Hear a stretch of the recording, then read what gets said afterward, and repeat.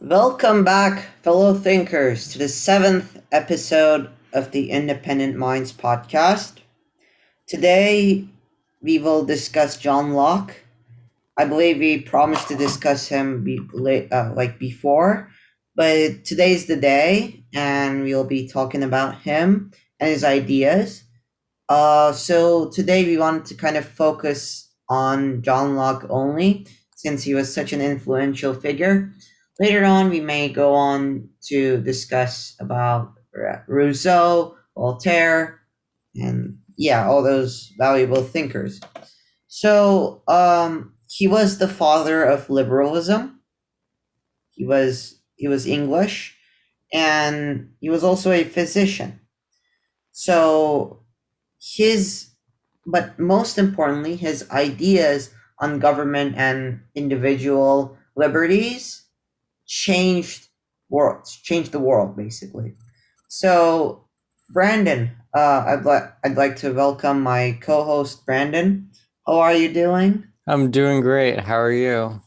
I'm fine too. So the viewers may notice that we haven't been posting for a few weeks now. That was because of our busy schedule, but now we are trying to Get back on the establish, schedule. establish a schedule that will, fit both of our kind of schedules, and yeah. So hopefully we will be now more organized. Yeah. So anyway, Brandon, I just mentioned that John Locke was the father of liberalism. Yeah. So So, could you define that title for me? yeah, liberalism is basically like political and moral philosophy based on the idea of liberty, which is kind of like you can obviously see where the word comes from there. And so, what this means is that you have principles like consent of the governed in like choosing their government, and equality before the law, which are two big things that help like ensure liberty for like people around the world if they have them. Now, like liberals, like followers of liberalism, have a wide range of like specific beliefs, but the big things that liberals support is like basically capitalism, like limited government, individual rights is a big part of it because that's pretty much what liberty is. Like democracy today is a big part of it. It hasn't always been, but today it is. Like equality, Sure. equality is a big part of it. So like gender equality, racial equality, such as things like that. And then like the last big part of it is like freedoms. So like freedom of speech, freedom of the press, freedom of religion, those are very big things of them. And like whenever you see yellow on a flag, a political flag, that means like liberalism basically. Yeah. So, liberalism is such an idea that has honestly changed the way we look at the world today. And so basically, John Locke's liberalism was that a government should be for the people, or basically protect their natural rights, so which are key to happiness. Wouldn't you agree? Yeah. So do you want to talk about what those natural rights are? So natural rights are basically rights that are bestowed upon us when we are when we are born. So we basically, those rights are free. We don't do anything to deserve them or anything. But they are, for example, a natural right could be to live, happily.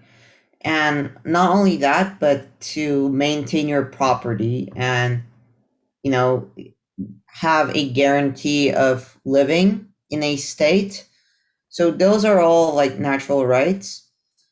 And these rights are, as Montesquieu has this defined it, these rights cannot be taken away. Otherwise, like people start to get angry, and eventually there is chaos, instability, and then boom, the state is gone. So, what's your take on it? Why do you think it's so important to keep these natural rights and to keep government in check in order to, in order for it to provide these rights? The natural rights, such as life, liberty, and like property, for example, those are like very important in my view, because once a government takes those away, the people stop being their own individual persons. There is no more individual. Yeah, there is no more individual, and the government has like taken over the person basically. Like Yeah. that is basically the essence of why these like natural rights are important, because they allow a person to be a person. Yeah.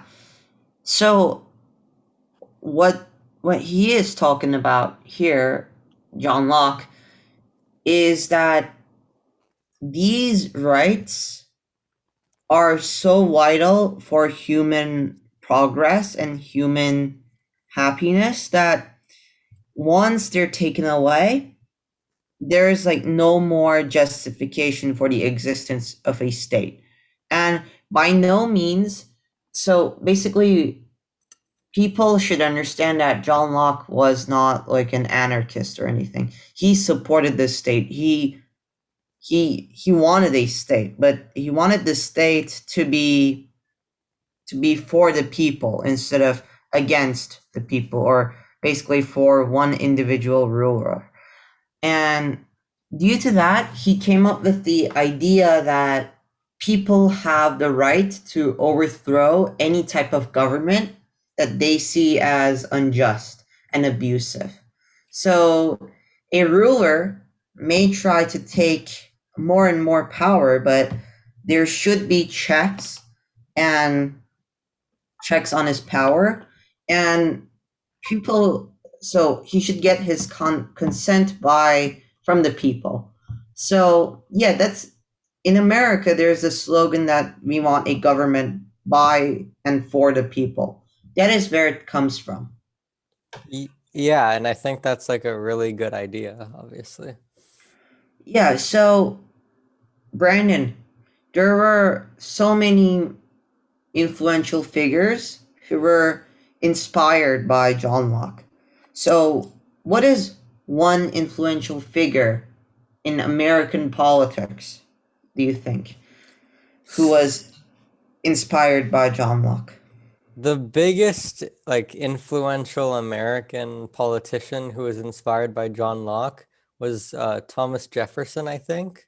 Yes. And this is because of like John Locke's idea of natural rights, which we just went over.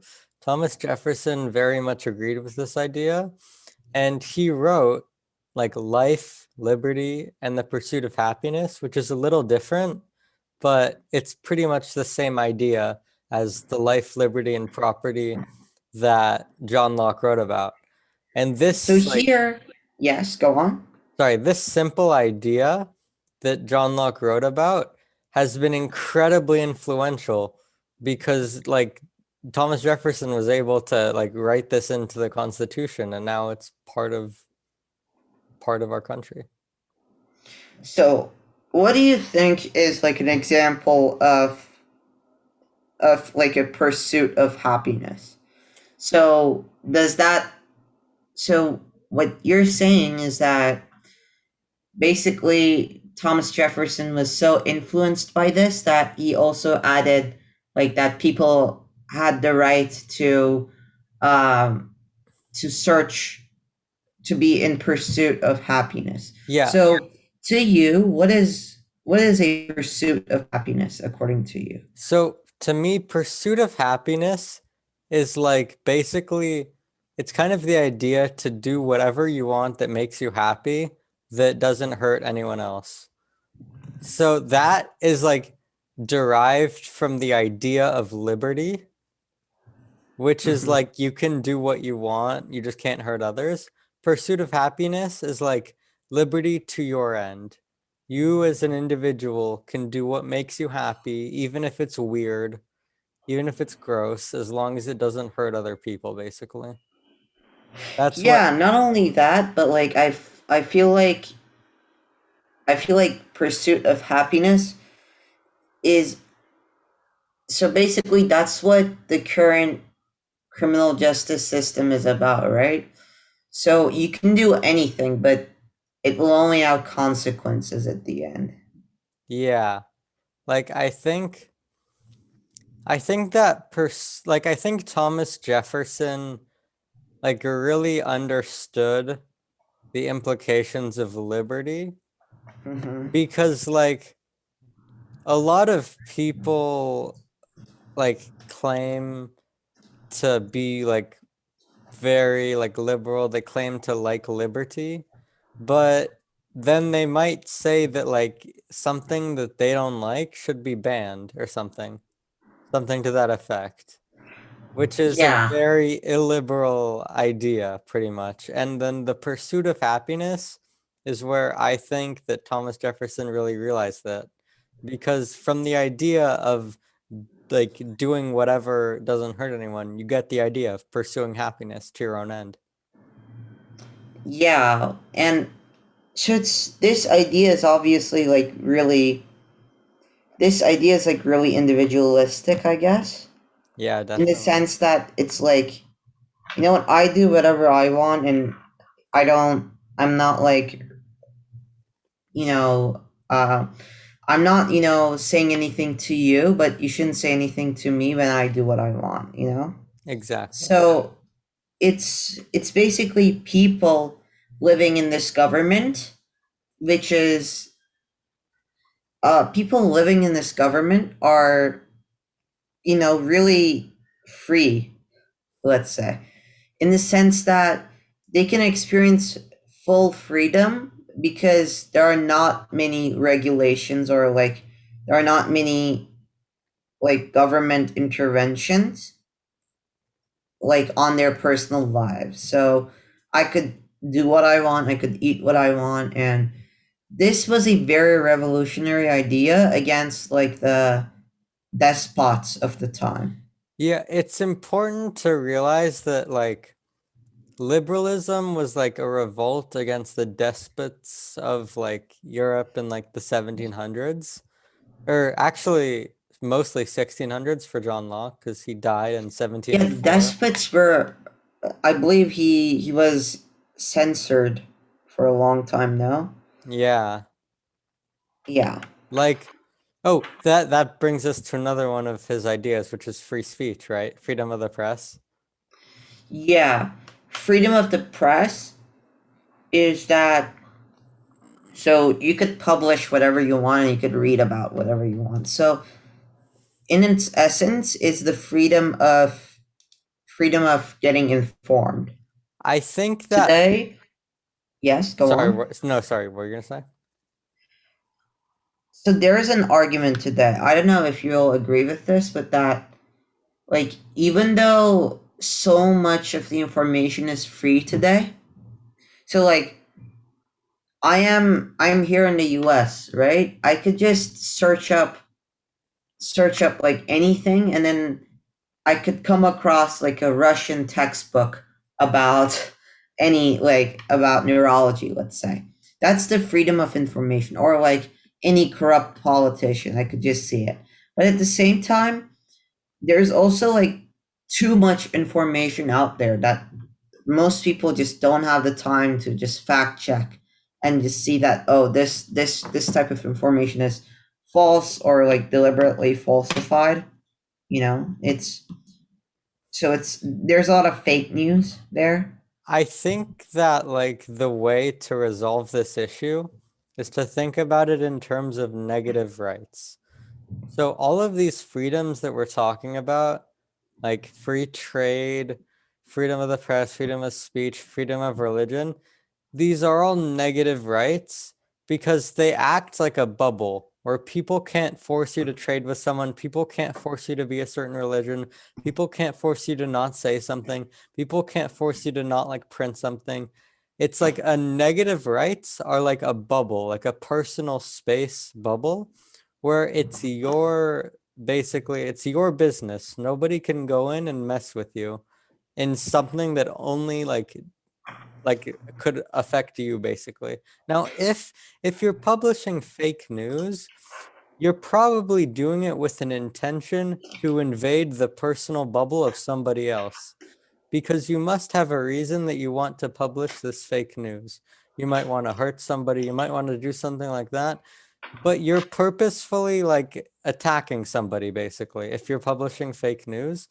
And I Yeah. think that is like an attempted like invasion of somebody else's personal bubble. And I think there's like something wrong with that, right? So that's my position on that. So there's this new term for it.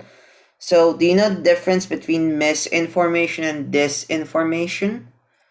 I can kind of guess. I think one So is when it's an accident and one's on purpose. yeah.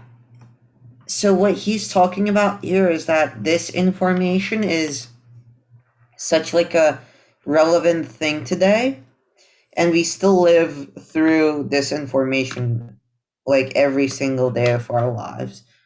And misinformation is also like a really present, I guess, present event in our life, because it's starting to feel like it's no longer something that just happens every once in a while, but it's like every single day. You get what I'm saying? So that's what I think about that. But Yeah. yeah.